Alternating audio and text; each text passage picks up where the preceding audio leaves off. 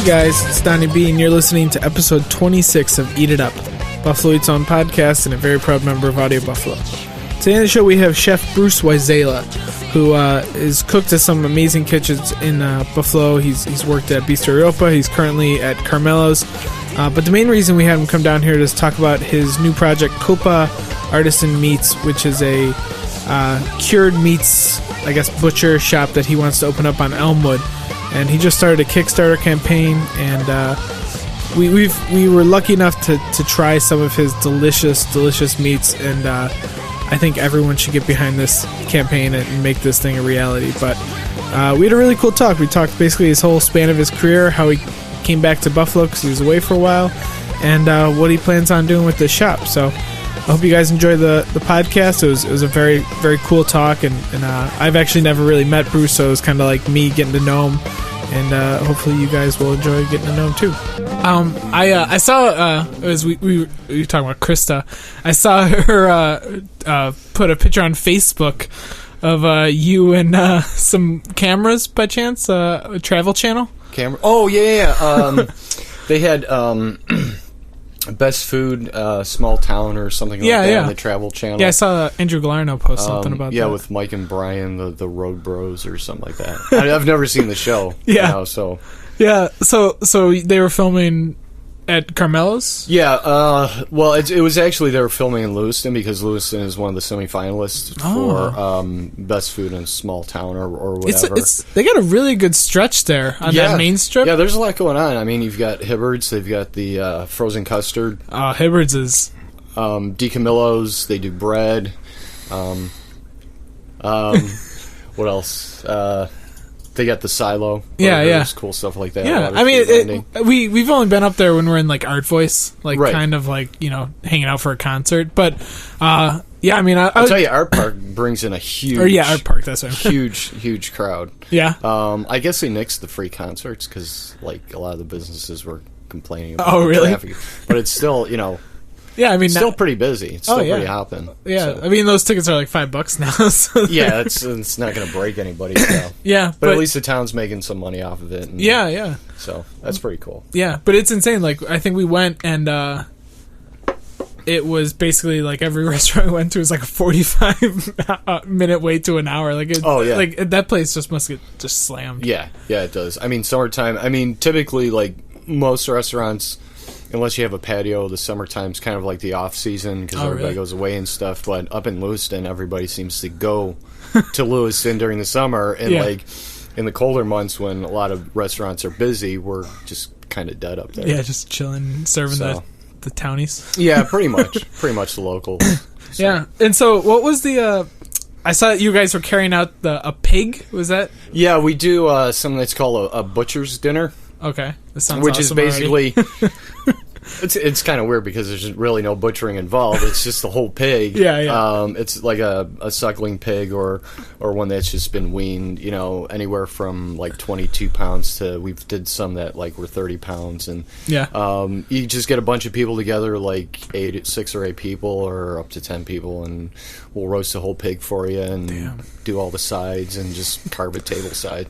That sounds so great. Yeah. Is that one of those things you kind of have to order ahead of time? We typically like to have a little advance notice, you know, so we can, you know, plan around it, especially if it's going to be on a Friday night. Oh, yeah. So, yeah, we have to order the pig, and, you know, it's got to go to the processor, and then, you know, get it delivered, and it takes...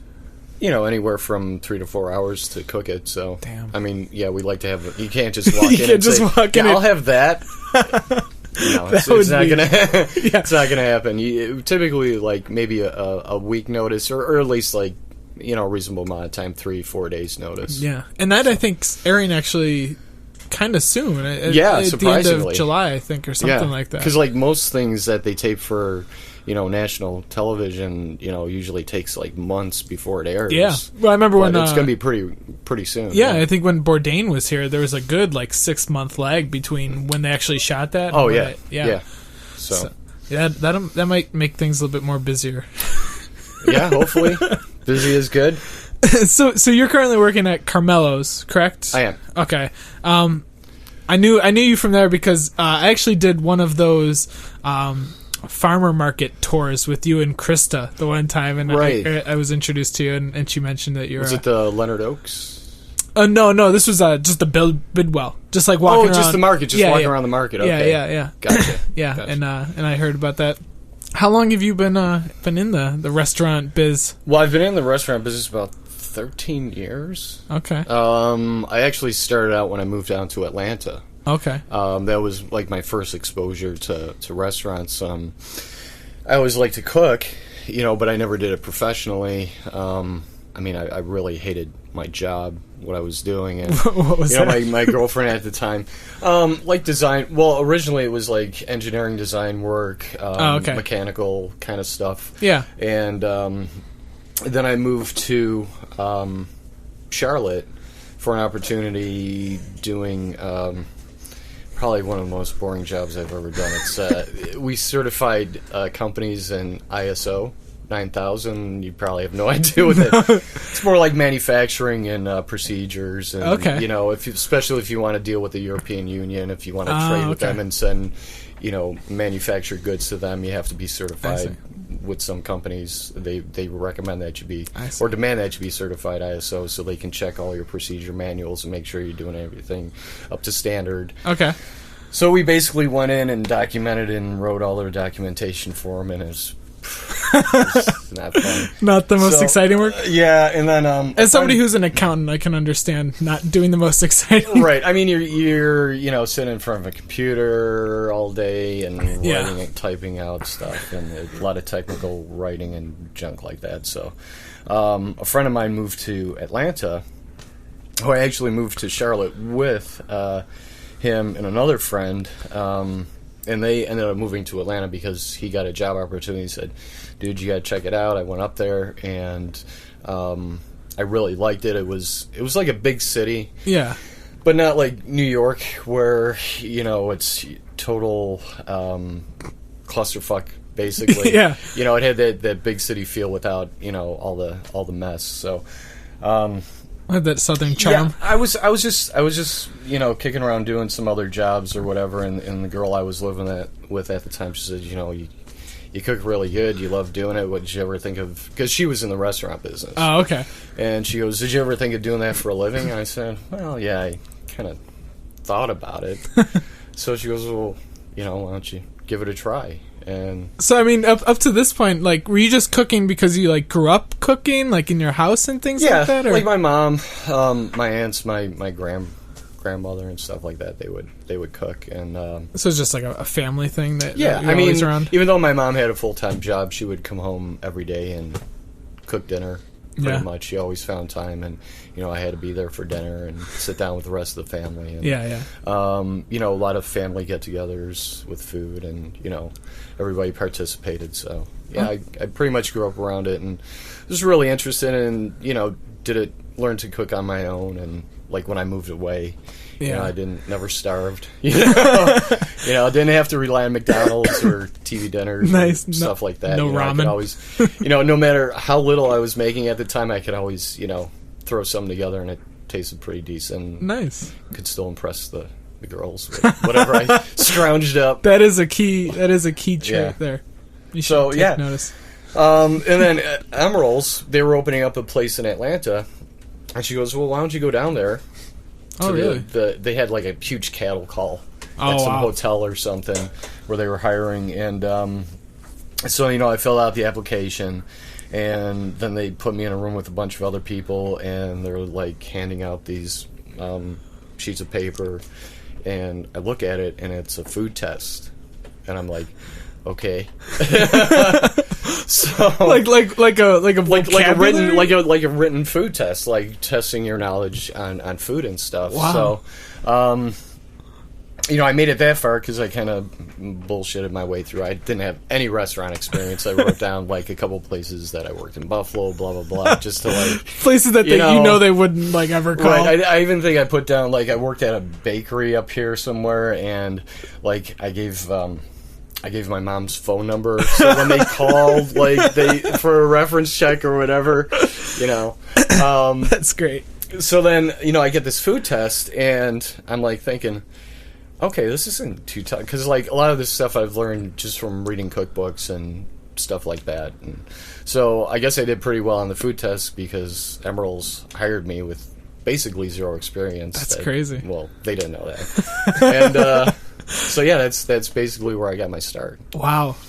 And so that's Emeril's, like Emeril Lagasse Emeril's, right? Yeah. Okay. Yeah, he opened up like a restaurant, and it was like a business park down there. But the funny thing is between the time I got hired and the time they actually opened, because they were still doing construction, it was going to be like a 2-month span or something like that. So I figured, I've got an opportunity to get, some cooking experience in, before that opens. So there was a Cheesecake Factory up the street from where I lived, so I went in there, did the same thing, I lied on the application, said I've worked a bunch of places, and the guy who interviews me, he goes, so can you cook a steak? And I said, yeah, I can cook a steak. So that was pretty much the only question he asked me. And they threw me on the broiler station. And if you ever seen a Cheesecake Factory menu, it's like 200 items that spans like, a million pages. It's ridiculous. And like the broiler station had like, I don't know, maybe 45 items on it, and you had to like know the recipes like exact to the ounce, and they would come by and spot check you and everything. So I got my ass handed to me a couple of times, but it was a good learning experience. By the time I got out of there, I was like, anything else compared to this is going to be like easy. Yeah, because you're doing we had Hannah Youngling. She worked at Toro, and she had the blog Kitchen Ninja for a while. The Kitchen Ninja. Yes. And but she said that she worked in at Cheesecake Factory in Hawaii when she was coming up in line. But she said it was just insane. Like, you're just doing... Oh, yeah. Just to give you an idea, it wasn't like, the Cheesecake Factory here. It's like in the Galleria. It's in a mall or something. This is like a standalone building with its own parking lot. And I don't know how to describe it geographically, anything that would compare to here, but the line for cars would actually come, the parking lot would be full, the line of cars would come up the huge driveway and like around the block just to get in to go parking, and then you've got a huge line of people, waiting to be seated. There were like, a 3-4 hour wait was nothing at that place. It was insane. Yeah, so it's like a baptism by fire or whatever. Pretty much, yeah. Just throw you to the wolves, throw you in the lake, see if you float. Yeah. Was there a part of that when you were considering if you wanted to do this? Several times. I just kept thinking to myself, it could only get better. From You're just hoping and praying that. Yeah. So, comparatively, Emeril's was a much smaller restaurant, less volume. So I knew, if I can get through this, I don't think it'd be a problem. So, I made it through that, and then, Emeril's open. I gave my 2-week notice and started working at Emeril's, and then, that's pretty much how it all started. Yeah. How did you eventually make your way back home to Buffalo? It took a while. I was down in Atlanta for like 10 years. Worked at a lot of good restaurants. And it only got better from there. I kept working at better and better restaurants. That's kind of the path you have to take, is do that leapfrogging, like... Right. And the thing is, like, I kind of looked at it like when a college... Because I started this career later in life. Yeah. I already had a career. Yeah. And, I kind of look at it the way... older people, when they decide to go back to college, they're a lot more focused, and they know, they're going to be determined and get through this, and they tend to do better. Because they know, they've already got a disadvantage. Oh yeah, I remember being in college classes, and everyone would see like the 45-year-old guy and be like, well, great, like the curve's screwed. Right. So I just basically took that approach, and I had the opportunity to work at a great restaurant that I heard was just opening. Another chef that was returning to Atlanta. He had left his hometown. He was working in the D.C. area, and he worked in New Orleans for a while. Linton Hopkins. He moved back, and he was opening up a restaurant, and that's really what really sparked my passion for real ingredient driven food. Really looking at like what you were local, actually cooking? Like, yeah, like the places I worked at before there were like, they would just order junk from Cisco or US Yeah, Foods, I'm assuming that Cheesecake Factory isn't right. going to the farmer's market down the street. Yeah. So that was my first exposure to like really good ingredients. I'd worked at a place called Joel also. It was a very upscale French restaurant, but like a lot of their stuff was imported from France. Okay. I mean, they were great ingredients. Yeah. Don't get me wrong. I mean, they used like a lot of top of the line stuff, but it wasn't anything from the area or local, but it was really good stuff. Nice. And it really was disheartening to see that they used frozen French fries on their lunch menu. This upscale French restaurant, they're getting frozen French fries. I mean, come on, just like a big bag and just cut them open. Pretty much. Just pull them out of the freezer and dump them in the fryer. So yeah, Restaurant Eugene was my first exposure to like really good ingredients. He really emphasized building a relationship with farmers and people in the area, anybody you can source from, any kind of like products like cream, cheese, not just vegetables, even proteins, meats, stuff like that. And is that literally like a turning point, would you say? Like, yeah, in your absolutely. career? Yeah. And in fact, I remember I was like hanging around outside the restaurant in the breezeway, and this truck just pulls up. Guy gets out, real hippie looking dude. Just throws open the back door on this huge truck, and there's like all these gorgeous vegetables in there. And Linton comes out and says, "Hey, Tucker, how's it going?" And he introduces me to him, and the guy's name was Tucker Taylor, who was the head farmer at a farm called Woodland Gardens. It was like around the Athens area. Okay. And he had like the most beautiful vegetables I've ever seen in my life. And come to find out, when I left Atlanta, Thomas Keller actually hired him to run his garden across the street from the French Laundry. Jeez. So I was actually using Thomas Keller's vegetables before Thomas Keller was using his vegetables. That is insane. Yeah, that was pretty cool. So yeah, those must have been legit then. Yeah. That's awesome. Yeah, so that's what really really inspired me, that experience at that restaurant. That's awesome. What made you come back home then? Just like everybody, mostly family. Okay. My parents were having health issues and stuff, and they're old. They married later in life and had me later. So, and I'm an only child, so burdens pretty much on me. To reverse the roles. Of parent and child. So, yeah. I see. Where'd you go when you came back? Well, I started looking at the classifieds and Craigslist and all that stuff like everybody else, and I saw that a place up in Niagara Falls called the Red Coach Inn was hiring a chef for their location. And it sounded familiar, and I vaguely remembered it as going there as a child. And everything seems so much grander and better and bigger when you're a kid. And that's pretty much all I remembered of it. I kind of remember being a pretty nice place and stuff. And so I get there, and it's not what you... Well, I did the whole interview on the phone and the hiring process and blah, blah, blah. And, I said this is how much I'd like. They made a counter offer. I said, well, can you do this? They said, okay. So I said, all right. And I get there, and it's this totally dated, like, medieval-looking shithole.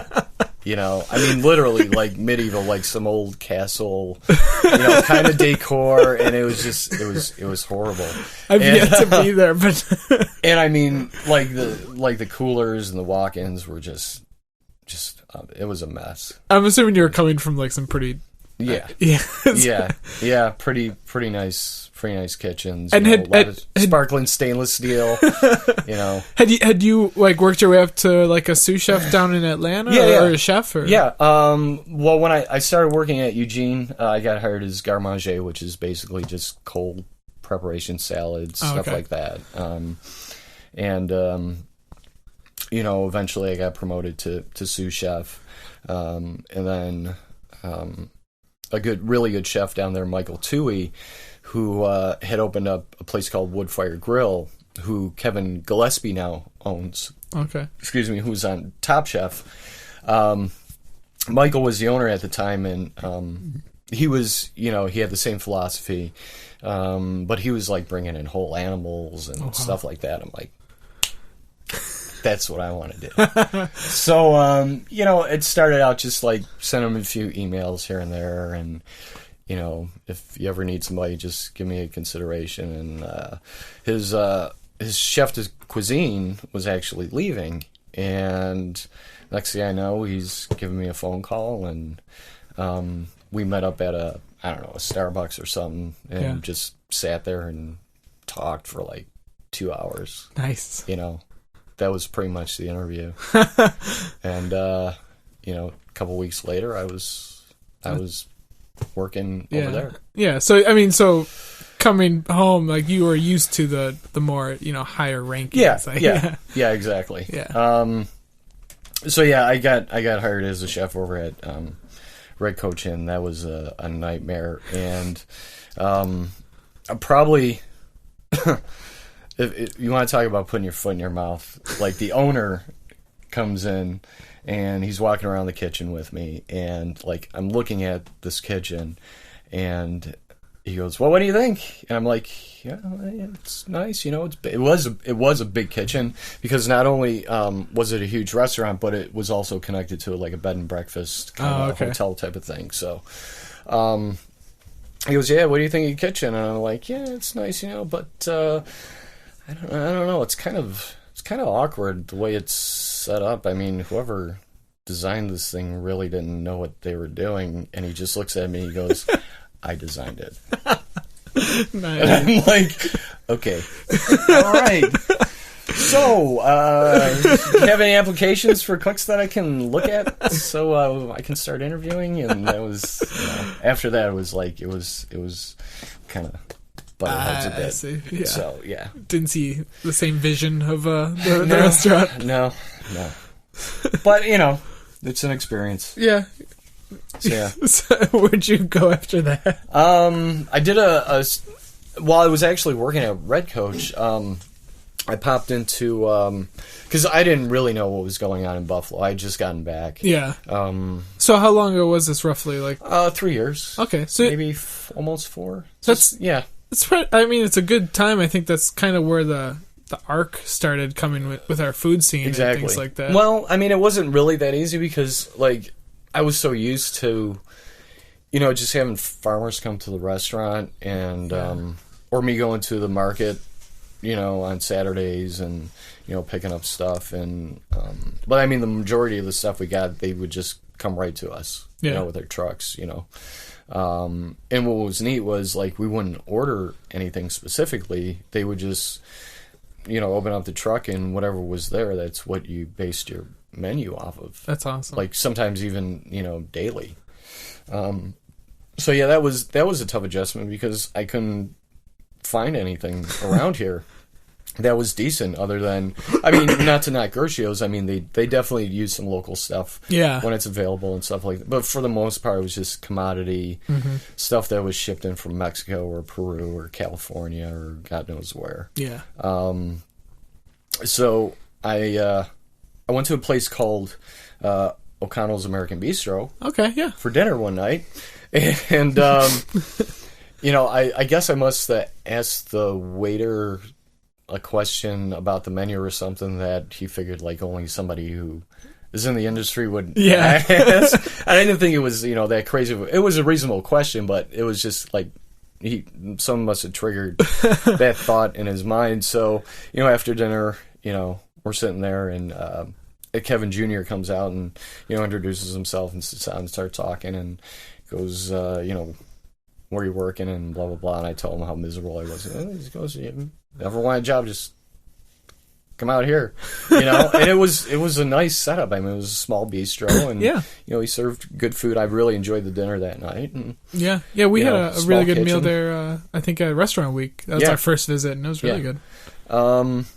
So like the next week, I think I showed up at lunchtime, and I mean the place was just mobbed, and his mom's at the door, and I'm like, yeah, Kevin told me to come in to talk to him, and she's scrambling around trying to get menus on tables and fill water glasses and all this other stuff. Yeah, and you just feel like you're just and I'm like, is this a bad time?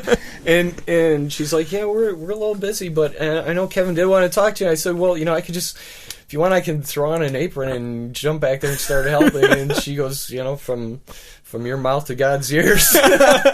And but then I didn't do that. I came back later in the day.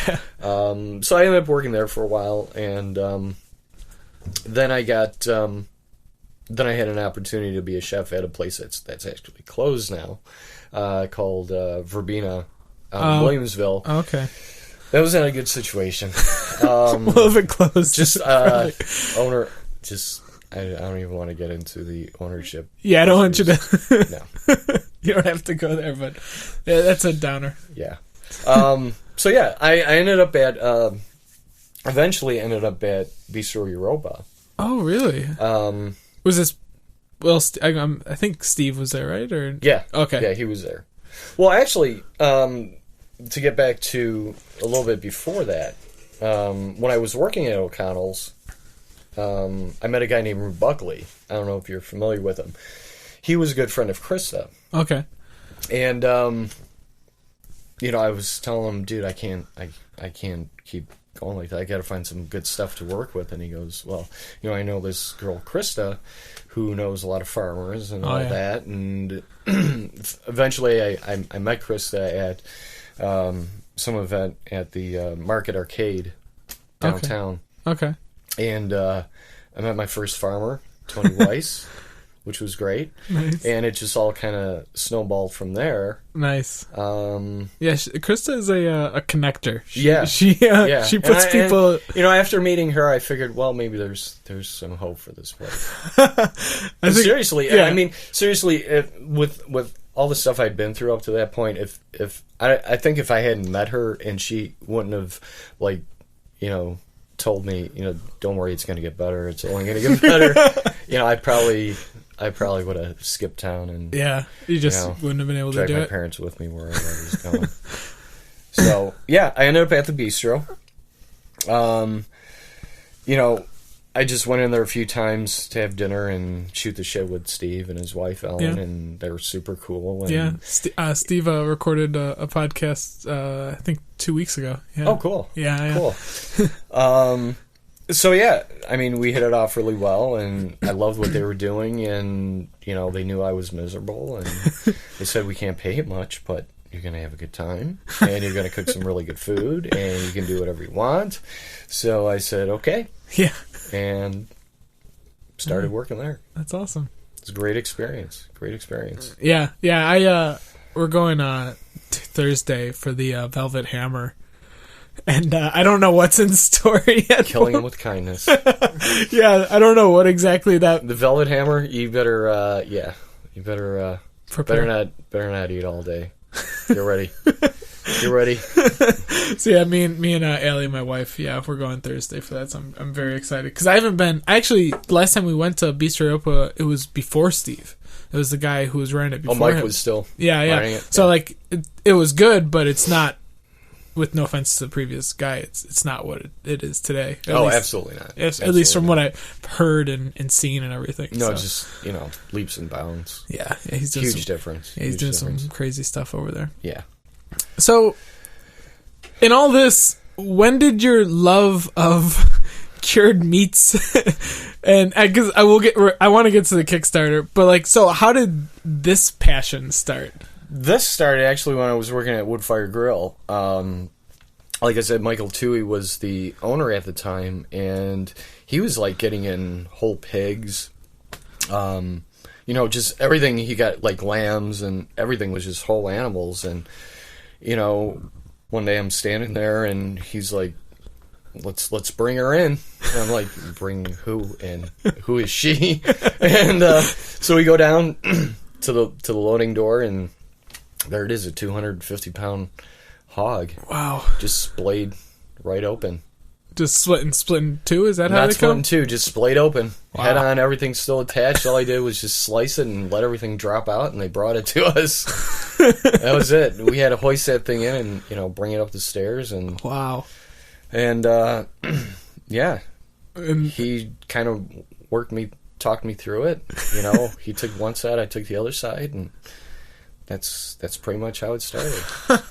And he was doing stuff like head cheese and making pancetta, nothing too elaborate, but still it was, you know, I saw there were other things you can do with these animals other than just doing pork chops or, you know, making Easter hams or whatever, you know. So, and I mean, literally using like every part of it, pretty much. Yeah, everything.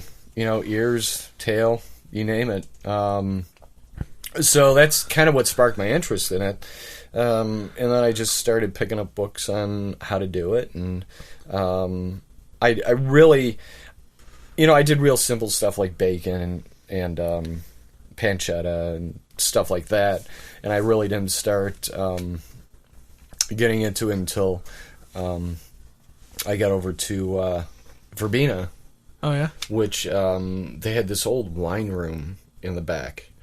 Well, it wasn't old. It was just, you know, not being used. Not really being used too much. They had, you know, there was a lot of empty space. So I figured, you know, these are the perfect conditions for making cured meat. You know, 55 degrees, 70% humidity, same as wine. So I just started hanging a few hams, and, you know, they turned out really excellent, actually.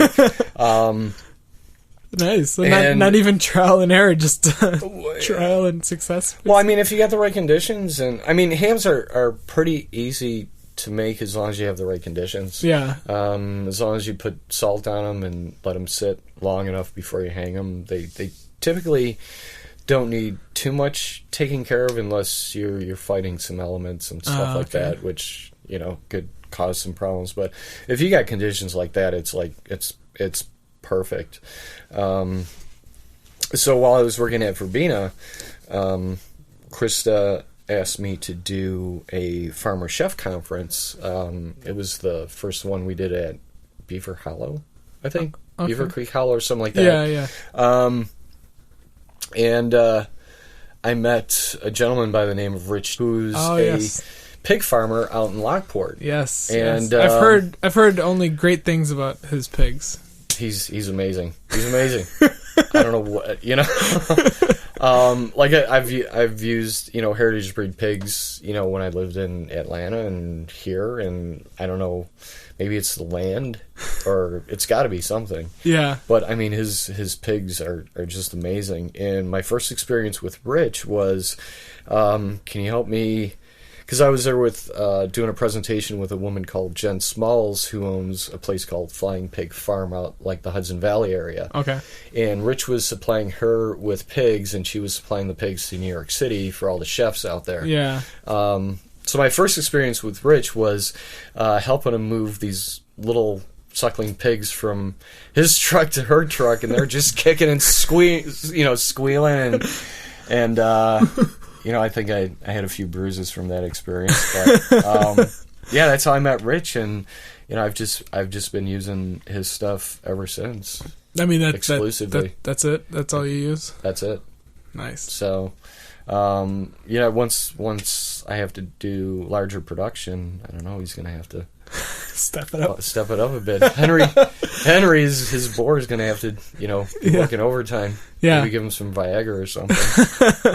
But yeah, that's pretty much how it all started. And then I started, you know, getting into other stuff like making capicola and fermented dried salamis and stuff like that. And nice. and here I am. Nice. I think you brought some with you. The people can't see it, unfortunately. but I'm very lucky. And I think we were going to do a little bit of a taste test on the air. So, okay. So, for the listeners at home, I have a plate of delicious meat in front of me.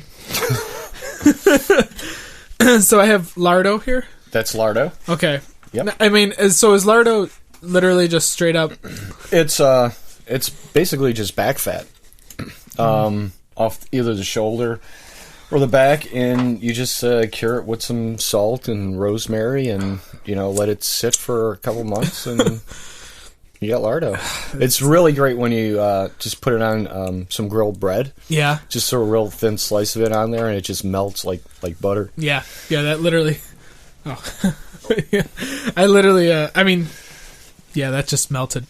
Yeah, this is fantastic. Yeah, just put it on your tongue. Yeah. And so, what do I got here? That's mortadella. Okay. That's basically, it's bologna, but it's like studded with lard and pistachios. It's like an Italian bologna, basically. Yeah. It's the best way to describe it. Yeah. I mean, that is what I would say, but just like really, really good bologna. This is the stuff you're not frying. Right. Well, it's great fried, actually. Oh, really? Yeah. Just got to cut it a little thicker. So, speaking of Italian delicacies, I saw in your Kickstarter video, they actually went to Italy for a brief period? Yeah, I went to Tuscany, not this past January, the January before. I spent about 10 days there, traveled around quite a bit, went to Siena, Grosseto, went to Florence, but we got to go up to the Chianti region, and we visited butcher shop, famous butcher Dario Cecchini. Okay. Who's like world renowned, very very imposing figure, very large human being. Oh, okay. But he's got a heart of gold. That's awesome. And we hung out. Actually, Steve Gedra and I and his wife, my girlfriend, and another guy who came with us. We got to hang out and just spend the day in his butcher shop, making stuff. It was great. That's awesome. It was like almost wasn't real. and the way we got there was like so like random, because I met this food writer up in Toronto, Mary Lou's Mejia, okay, who knows Krista, and we were going up to Toronto, just to spend a weekend, my girlfriend and I, and she said, well, let me hook you up with Mary. And we were driving to some Mexican restaurant in like the Jewish section of Toronto, which was really weird. I need to get called this. Frida. Okay. Amazing Mexican food. I am writing this down mentally right now. Say hi to Chef Pepe when you get there. All right. So we're either driving there or driving back, and she goes, oh, so you guys are going to Florence? You're going to Tuscany? And we're like, yeah. And she goes, well, I should get you in touch with my friend Judy, who moved there, and she does like tours and stuff like that with Americans who come over to Italy and stuff, and she can get you to see Dario the Butcher. And I'm like, are you kidding me? I'm like, yeah. So like, I guess she emailed her, and then this Judy emailed me, and somehow the stars aligned, and next thing you know, we're in his butcher shop, working right alongside him. Wow, it was amazing. So the pictures to prove it. I saw the pictures on the video. Yeah. So that was a really cool experience. I did not want to leave Italy. No. Like, was that one of those things where, like, you go for vacation and then you just figure out, like, yeah, we're just going to figure it out. Yeah. Just never going back. Yeah. I think me and my wife went to Italy for a honeymoon. But it was kind of like a cruise, so we went, like, all over. But, like, gotcha. We stopped. Ports of call and stuff. Yeah. But you're only off the boat for a couple hours. Yeah, but, like, 10 hours a day. But, so, like, some of them were enough to really get into it. And the one was Sorrento, and we were on this like farm and just eating fresh mozzarella cheese covered in like fresh olive oil, and like they're pouring us shots and shots of limoncello, and like I was like, the thing is like we our first experience in Italy, other than almost getting killed driving to our house, because we basically rented a house. And we landed in Florence, and we had a rental car with hardly any air in the tires, and the streets are about this narrow. Yeah. Steve was driving at the time, and we're trying to navigate the streets of Florence. Like, I don't know, it was like 10 o'clock at night. It was pitch dark, and there's just literally like Vespas coming this close to your side view mirror and cars on the other side this close to your side view mirror. I don't know how we made it, but we finally made it to like the highway, and we see like a gas station, and she was like, all right, man, you gotta drive. So he pulls up, we pull in, and we all figured we use the bathroom or something, because we saw like this little convenience store. Okay. But it was kind of like a fancy convenience store. It was like nice wood, and so we're walking back there to use the bathroom or whatever, maybe get some coffee or something to get us through the rest of the way. Yeah. And as soon as I like swung the door open, there's like a deli case, and there it was, staring in front of me at a gas stop, was a huge porchetta. And right next to it is this huge mortadella. One of those things, but I mean, it was like this big, literally. And if you ever seen a real porchetta, it's basically a whole pig that's just, trussed and roasted. Jeez. And they just slice it up. That's it. So there's this huge pig head behind the deli. And this is just like a gas stop. And they've got like all these bottles of wine, cigarettes, candy, cappuccino, espresso. Is like, why can't we have 7-Elevens like this around here? You know what I mean? So we all, have a porchetta sandwich, and, we stocked up on wine, which is like dirt cheap. And like, I swear to God, you can get the cheapest like Chianti there, and like, you will not have a hangover ever. I mean, we drank so much wine, seriously, and like, I was up at the crack of dawn, ready to go. No hangover, no headache. Awesome. It was, I don't know what it is. If they just sent us the crap wine, or just being there in Italy, the air or whatever it is. But it was amazing. It was. So you're just like, I did not want to come back. Yeah, that's like when we were like we're not going to get on the cruise ship, and we'll just tell our parents that we're never coming back. Like, we were just trying to think of like. Got abducted. Yeah. Who knows? Yeah. Yeah. Just.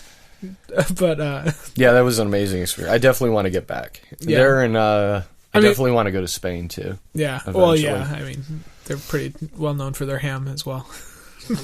So yeah, that was my Italy experience. That's awesome.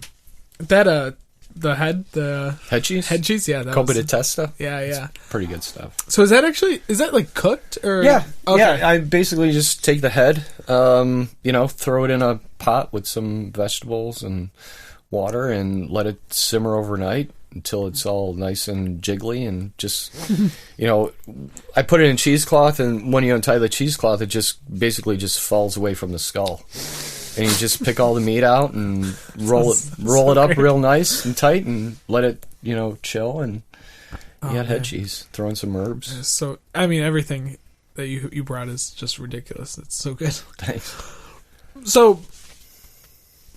So if, in case anyone hasn't seen, your love of cured meats is turning into a store.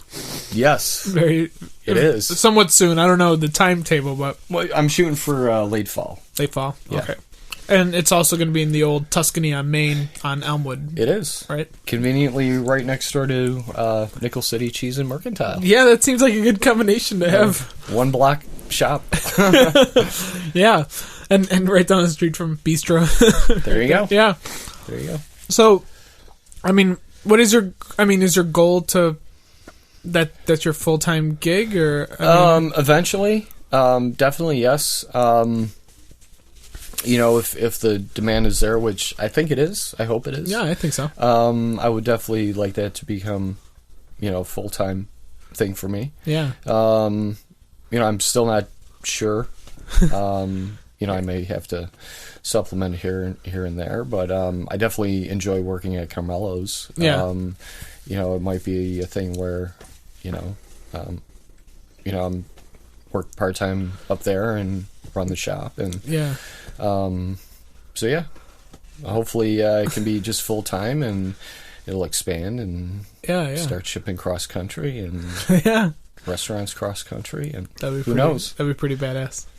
So, what is your goal for the shop? Like, what do you plan on selling there? I mean, like basically everything you've had here plus more. Also, what I like to do is sell pre-made items like stocks, like chicken stock, veal stock, pork stock. Just sell them in quart containers so people can make stoups or broths or whatever. Yeah. I'm going to be making some preserves to go with the meats. I'll do a couple sandwiches at lunchtime. Yeah. Nothing too elaborate. I'll probably just roast off a porchetta and do porchetta sandwiches. Nice. Stuff like that. Real simple. Have some workshops there. People can come in and see how to butcher pigs and Well, I mean, you've done kind of things like that before, right? Yeah. I just did the ACF conference up in Niagara Falls. Did 2 butchery demos for them. I do NCCC every year for the students. Nice.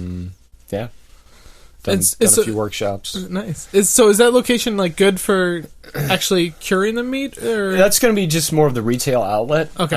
Processing is going to have to be done off-site. Yeah. That's just the point of sales. Okay. But yeah, I definitely need a larger facility for manufacturing all this stuff. Yeah. How long is roughly the turnaround?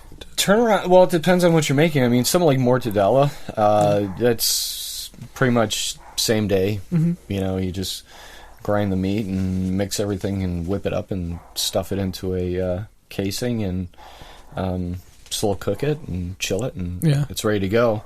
But then you've got the other end of the spectrum. You've got, prosciuttos or hamons, stuff like that takes anywhere from 9 months to 18 months to 24 months, depending on how big they are to just hang. Something like the fennel salami, that's, maybe 4 weeks. You have to let it hang. It kind of seems like there's almost like, to open up a store, like some logistics. There's a lot. Yeah, there's definitely a lot to think about. That's why I'm shooting for late fall, because I definitely have to, once I acquire all the pigs and butcher them and break them down, that's not the end of it, because it's not like I'm just selling pork chops or cuts of meat. They have to be processed, and once they're processed, they have to be aged for a certain amount of time, depending on what the product is. So it's anywhere from that day to 4 weeks to 6 weeks to 2 years. That's crazy. A lot of patience, a lot of time goes into this, a lot of waiting. Yeah. What made you think of the Kickstarter? The Kickstarter site? 'Cause, in Buffalo, I think there's been 3 recent successful ones: the Community Beer Works, the Lloyd Taco Truck, and then this the Urban Farming one that just went off. Were those kind of like I don't know, like seeing that it could work for them type of things? Well, somebody mentioned it to me a while ago. I really don't remember who it was. Somebody told me about it, and I looked it up and said, "Oh, that's a cool idea." And I just kept kicking it around in the back of my mind, and then I figured,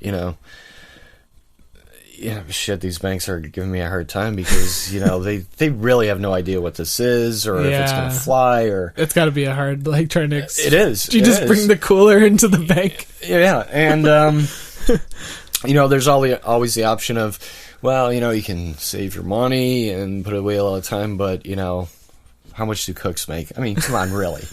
Yeah. I'm already 43, man. Time's ticking. My biological clock's ticking. Eventually it started looking like a better and better idea. So I figured, let's see what happens. Throw it at the wall. Yeah. See if it sticks. Hopefully it does. Yeah. Because this is something I really want to do. I love doing it. Yeah, you're damn good at it from what I just tasted. I'm I can't can't keep working the line much longer, man. It's taking its toll. It's taking its toll. I mean, wrestling pigs isn't that easy either, but I mean, you know, I don't know. It's just, I really enjoy it, and, you know, it's quite an experience for me. Yeah. It's almost closest thing to religion that I have. Nice. Actually. Nice. So it puts me in a very zen-like state. Nice. Well, I mean, you can definitely taste your passion, because, I mean, I've had it before, and everything I've ever had is just delicious. Thanks. And I think you had the pig set up at Big Fuss too. Yeah. And that was the little suckling pig. Yeah, that was just a little porchetta. Yeah, you know how to work the pig. So. I love the pig.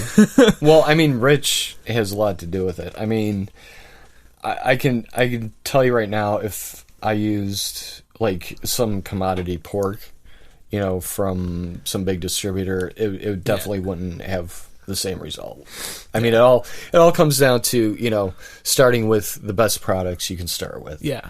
You know, the meat, you know, the ingredients.